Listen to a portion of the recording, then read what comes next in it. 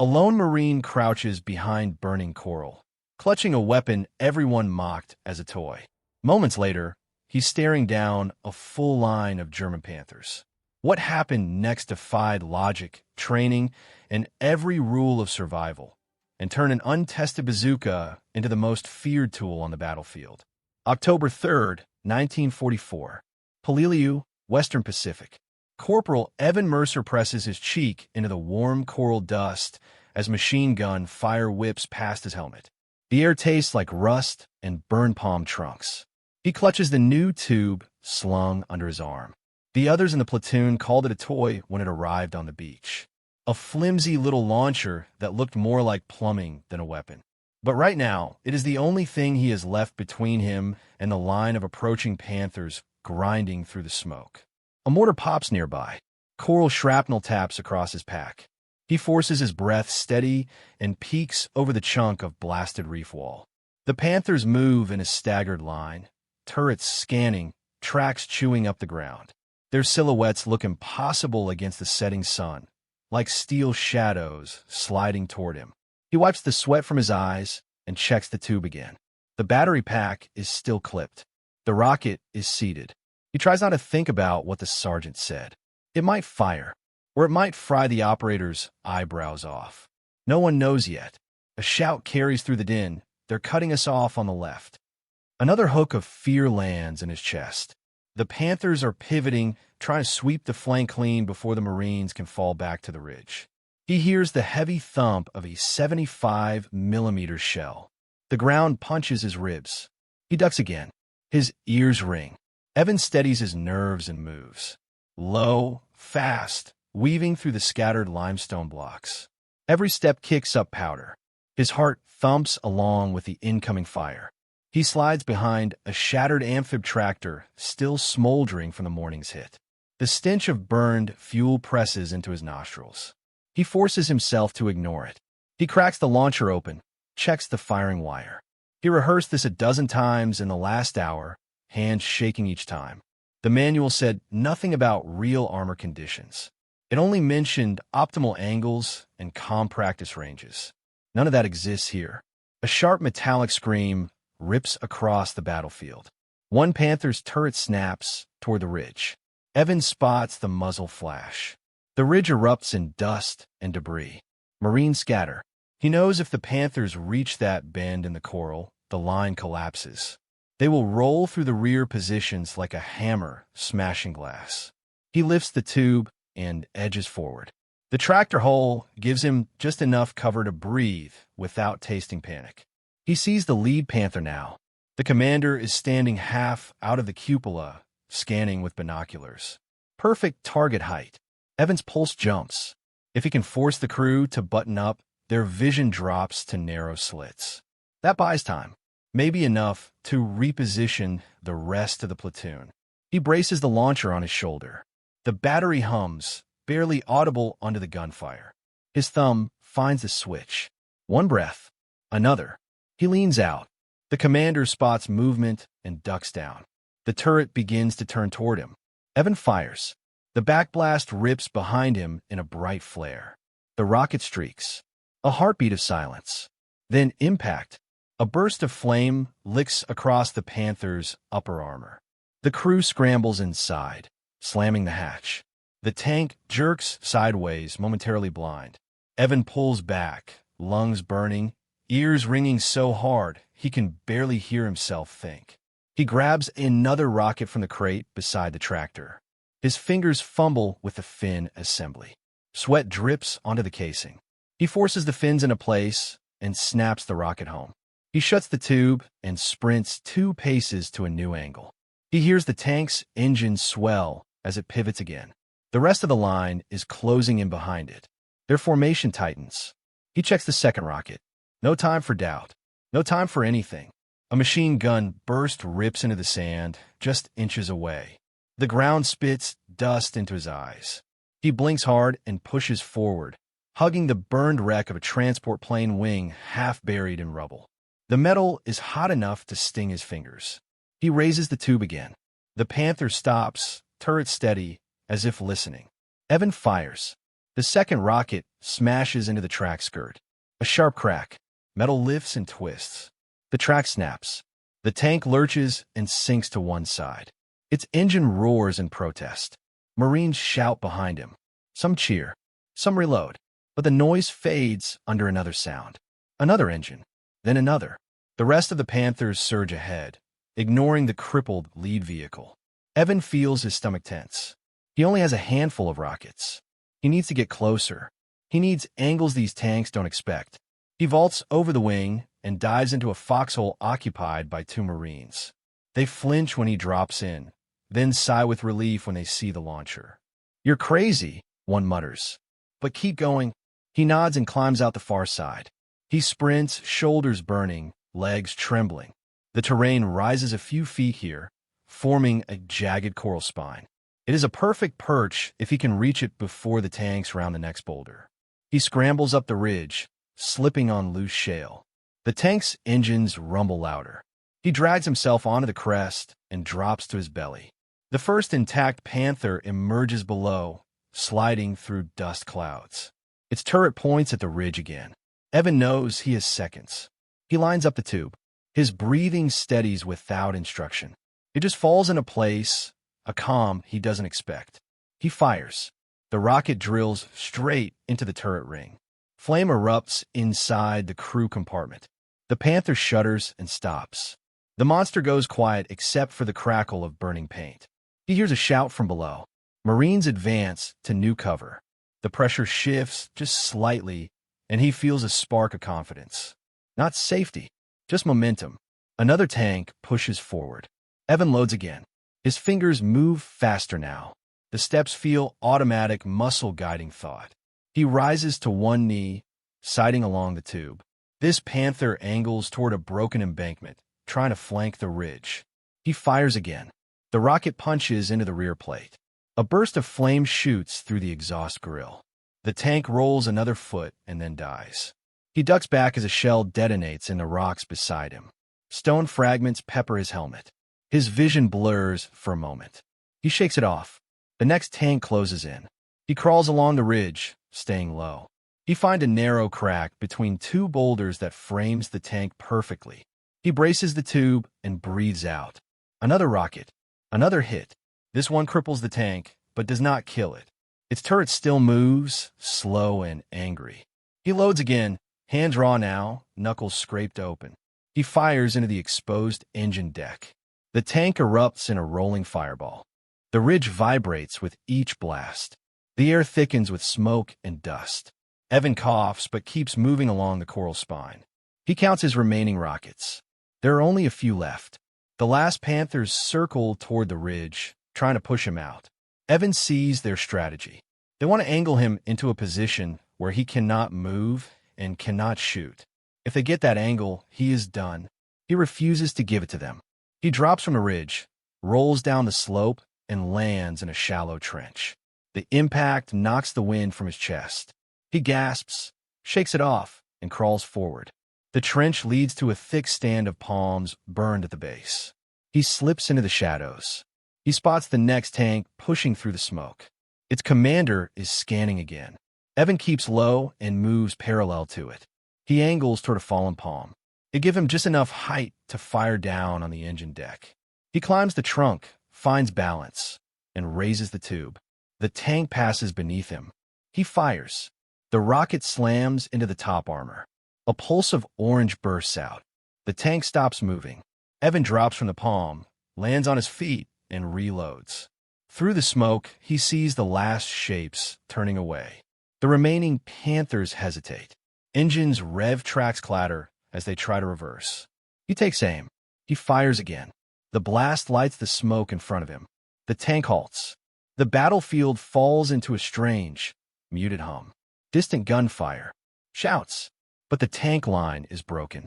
Evan lowers the empty tube. His arms tremble. His breath catches. He steps backward and leans against a scorched palm trunk. The launcher feels heavier now, but he keeps it close. Somewhere behind him, Marines start moving up. But for a moment, the air is still, and Evan knows the tide just shifted. Night settles hard over Paliliu. The sky turns the color of bruised steel, and the battlefield fades into a maze of shadows. Corporal Evan Mercer wipes the soot from his cheeks with the back of his hand. His arms still tremble from the recoil and adrenaline. The launcher hangs at his side, dented, scraped, and warm. He can still feel each blast echoing in his ribs. He moves through the broken palms with slow, careful steps. The coral crunches under his boots, and every sound feels too loud. The Panthers may have pulled back, but their crews are still out there. Engines sometimes cough in the distance. Turrets grind faintly like metal teeth chewing through the dark.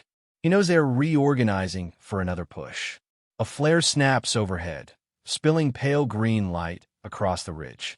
Evan drops to his knees and presses against the trunk of a fallen palm.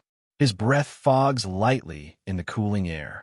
The flare glows long enough to reveal 3 Marines crouched behind a shattered recoilless rifle mount. They beckon him over. He runs low and joins them. One looks at the launcher and shakes his head.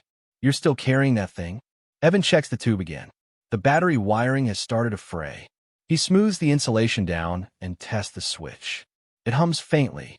"It's still firing," he says, keeping his tone steady. "That's all that matters." A distant rumble drifts through the trees. The ground vibrates in a slow, steady pulse. Another tank column. He feels that familiar tension pinch his stomach, the one that tells him he is only a few minutes before the next round of chaos. The sergeant crawls into the foxhole with them.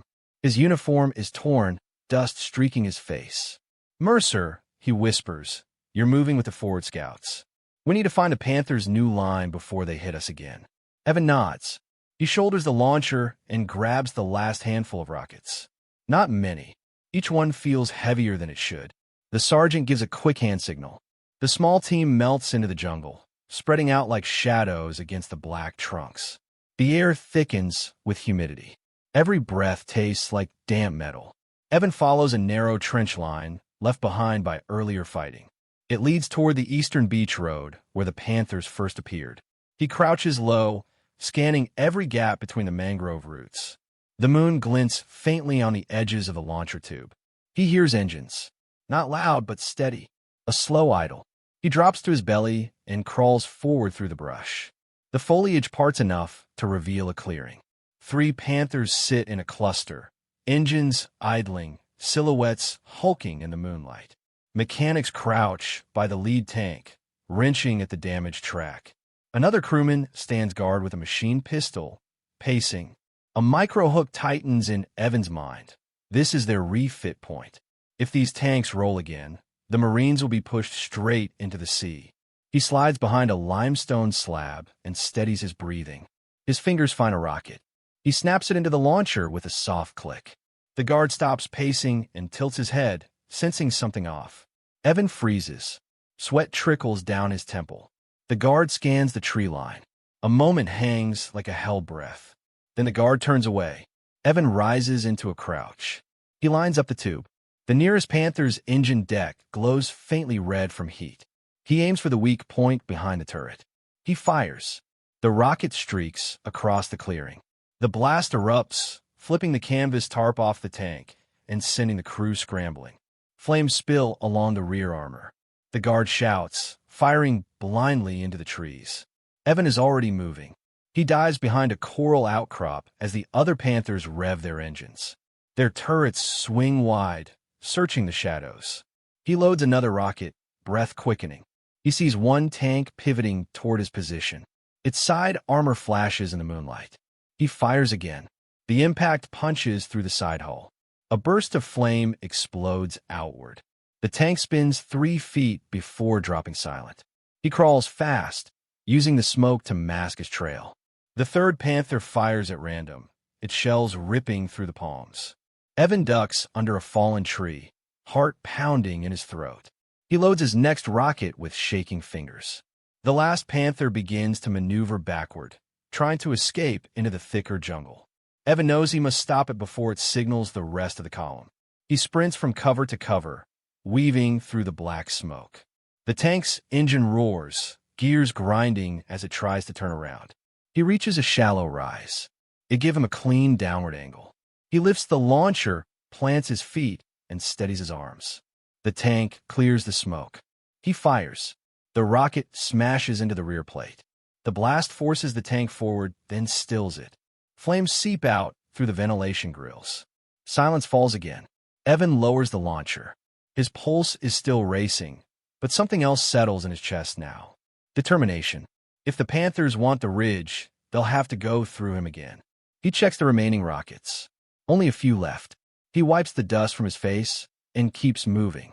The night is far from over. Evan moves deeper into the jungle, the launcher balanced against his shoulder. The night air feels heavier now, thick with smoke drifting from the burning Panthers behind him. His boots sink into soft patches of ash and loose coral. Every few steps, he listens for engines. The silence tightens around him, but he knows it won't last. The Germans aren't done. They never back off without testing the line again. A rustle to his right makes him freeze. He drops into a crouch and raises the tube, finger brushing the trigger switch. Leave stir. A Marine scout crawls out from behind a clump of ferns, eyes wide, dirt smeared across his face. He spots Evan's launcher and nods in quick recognition. They're regrouping, the scout whispers. Far side of the lagoon. Maybe 4 tanks left. 4. Evan feels a pinch of dread, then pushes it aside. He checks his rockets. Only 3 remain. Not enough for a full tank line, but enough to tilt the fight again if he hits the right angles. The scout signals him forward. They move through the trees, using fallen palms and jagged pockets of coral as cover. The jungle floor is littered with shell casings, broken straps, and abandoned equipment. Each piece tells a small story of someone who passed through in a hurry. Evan steps over a shattered canteen, careful not to kick it. The faint glow of moonlight breaks through the upper canopy. It paints the lagoon in slivers of silver. He hears engines again, closer now, grinding through mud. The ground trembles in shallow pulses. He drops low and crawls toward the edge of the clearing. A panther rolls into view. Its turret sweeps slowly across the lagoon embankment. 2 more park beside it. A 4th sits farther back, its crew clustered around the open hatch, arguing in sharp German murmurs.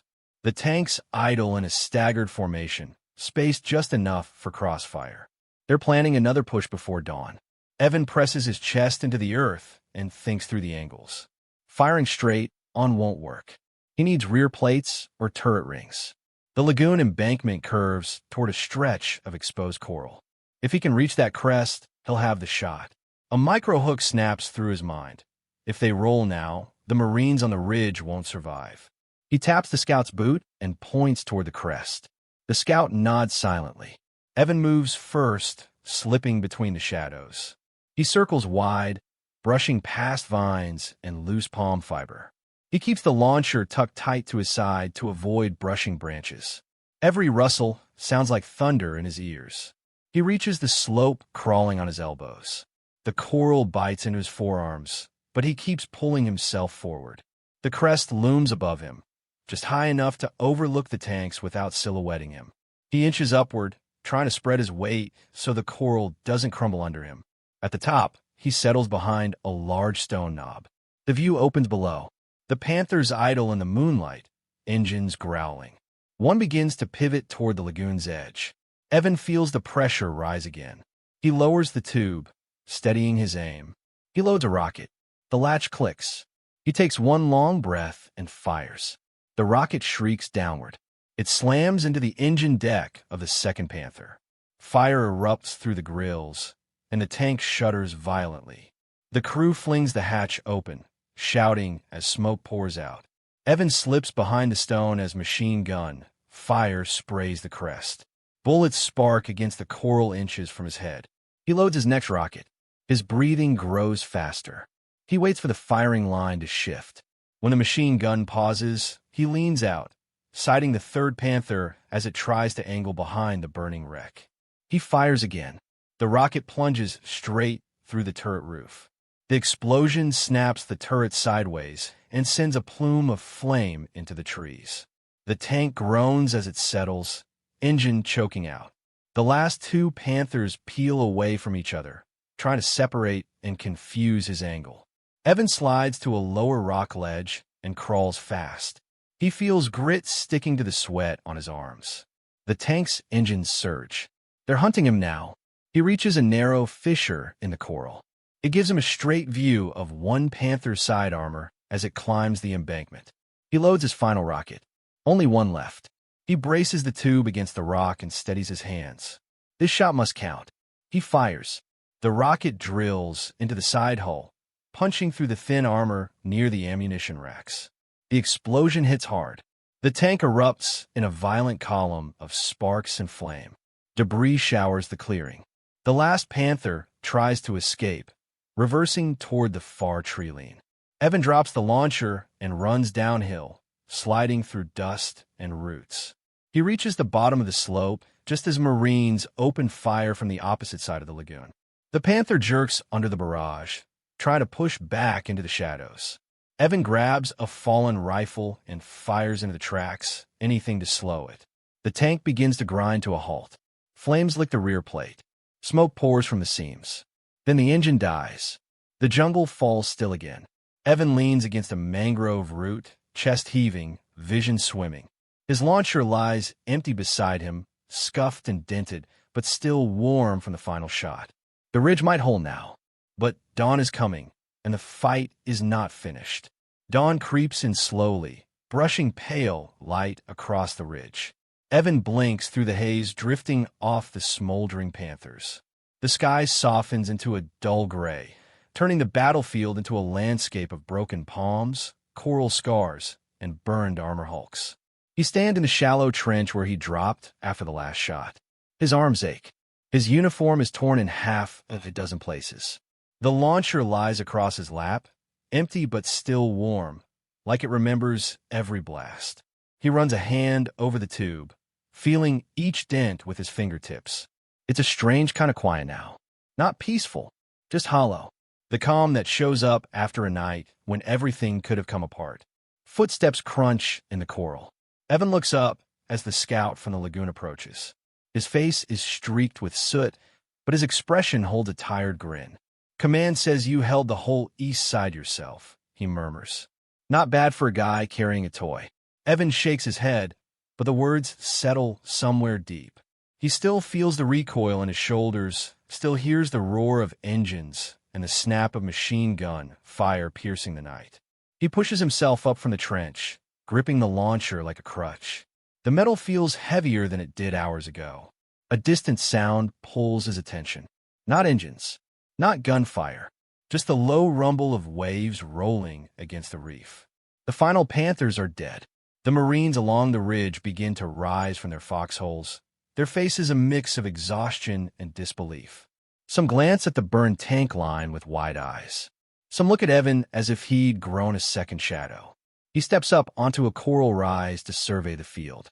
The skeletons of the tanks sit in a jagged row, smoke curling from hatches, metal glowing in faint orange ribbons. The early light makes them look almost frozen mid-charge, locked in the last moments of their advance. A micro-hook flicks through his mind.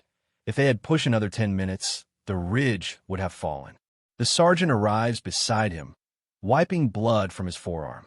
He nudges a piece of the launcher's wiring with his boot. "You used it past regulation," he says quietly. "Things beyond safe limits." "It worked," Evan answers. His voice sounds rough from smoke. That's all that mattered. The sergeant studies him for a moment. 7 Panthers. 90 seconds at the ridge.